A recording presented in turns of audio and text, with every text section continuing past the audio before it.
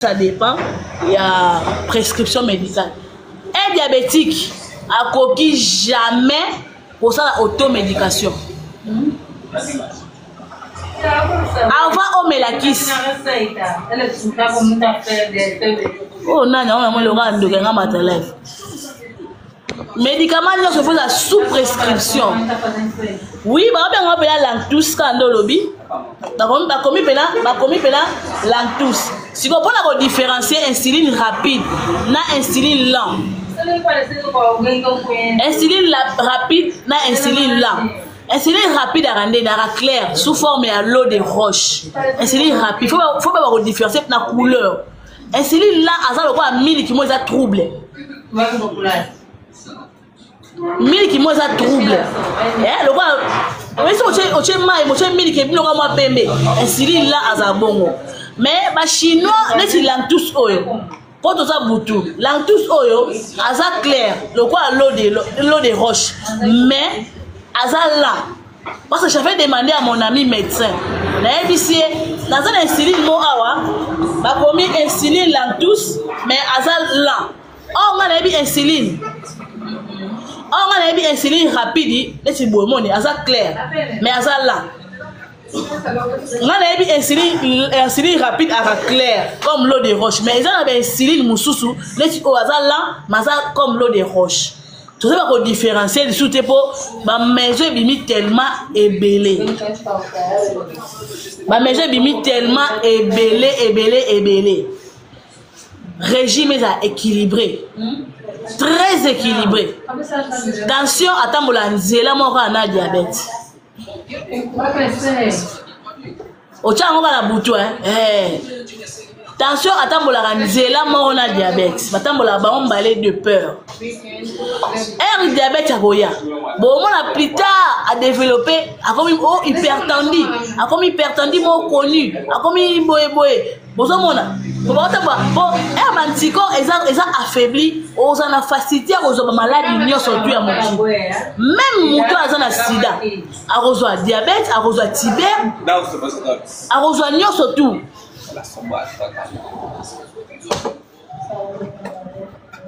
akozwa maladie nyonso tu azana facilité même ya kozwa grippe même ya kozwa rhume parce que mantico eza affaibli.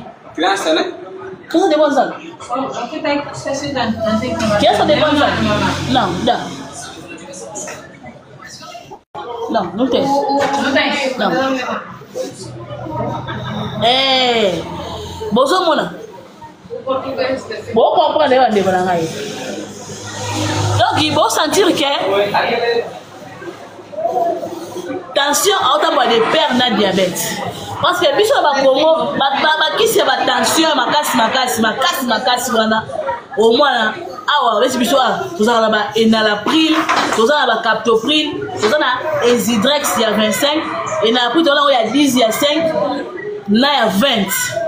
Ça dépend maintenant de la prescription médecin on denga observe la prescription ba kisi attention et bimaka na ordonnance parce que na mona mutu aza diabétique aza sous hypertendu ba komeli te aza diabétique a hypertendu te batali tension za na 15 ba komeli furosemide la 10 à quitter cette tension tina 0 à kufa. Faut faire très attention à l'automédication. L'automédication n'est pas conseillée. Oki mutu passe aller voir un médecin qui nécessaire examen ba okomela ba kisi pour mutu so azoya nazo kanjo te bien na bo mélanie. Mais comment on va définir maladie aux anans?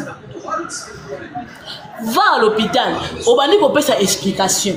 Nazoka mutu passe, nazoka fièvre, médecin, infirmier, devant fièvre, surtout, on doit passer d'abord au paludisme. Parce que si il y a diabète, fièvre est absente. Mais tu as un amaigrissement, tu as une anorexie, tu as un vomissement, manque d'appétit. Donc, vous sentir que njoto mutu eza mystique eza compliqué. Njoto eza compliqué eza mystique. Njoto eza vraiment mystique.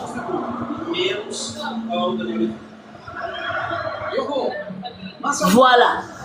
bozomona nzoto eza mystique na Congo omona mutu bazaka na monothérapie kuna ezaka insuline soki apama attention catapressant bakaboli demi ampoule soki apesa catapressant basisi soki esimbi te batie yo schéma loxène abandi kokule otango so pendant 24 heures akule pendant 24 heures bububu esili batali tension baofefe tension après 30 minutes baota attention soki na 27 aokita malembe ti jusqu'à ce que baomaîtrise tension wana yango bomoi na vie mpo ozalaka na notion akopermettre yo oyo bandenge akovivre malgré nzambe moto abatelaka nde bakataki eloko so batiaki mpe prothèse ata mbaka na prothèse abosana bateya ye makasi ega elongole mpo eloko mosusu ekobamisa stress bakati elokolo bampite nga sege bakomi bale nabetaka batroume nanga bakati nga lokolo nosani bakomi ba stress ebomaka motu bozoka stress ebomaka motu fo boevite bamadesu fufu ka babengaka biso babengaka oni fuba des bonbons, so des bonbons, so des fuba des bozolanda donc bandeko na ngai exercice physique faut à réguler mpona motu nyonso tout et permettra pour éviter même tension exercice physique ayedaka quand tu fais trop des exercices physiques au perdre ma calorie oui souci wana eutaki na amputation herbe ampute nde pese souci nasi namona mutu cadre na société bampite na Saint Joseph ayebeteka koma lokolo mo ndamba telema boya koya abanda kolela ba biso stress okoboma boke conseiller conseil oliaka mingi masangu mwaka masangu olambika masangu mbisa okauka surtout donc bomelaka mingi maya dongo akita sukani apesa eza bimandale yango ya sikondiye otapidi fedi fian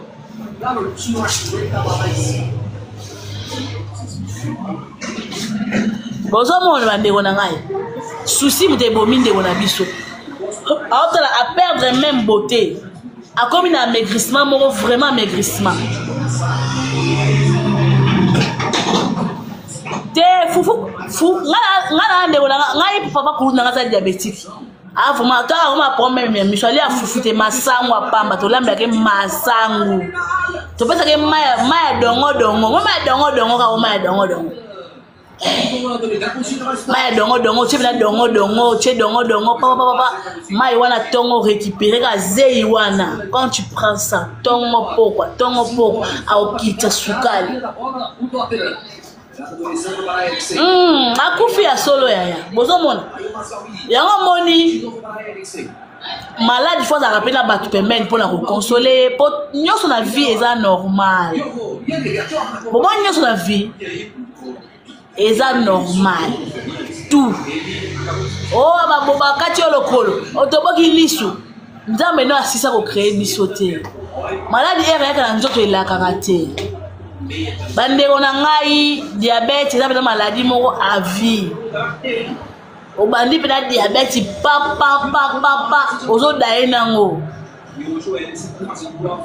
oui ma dongo mpena nga papa kutu na ngai bakutu na ngai mpena abelaka diabete aza diabétique vraiment diabétique ma dongo mpena eyedaka ye mingi omona ekitisi ye sukali shirabi boye epa moto aza na problème ya hyperglycémie soki aza à 250 eza normal po aza déjà moto ba hyper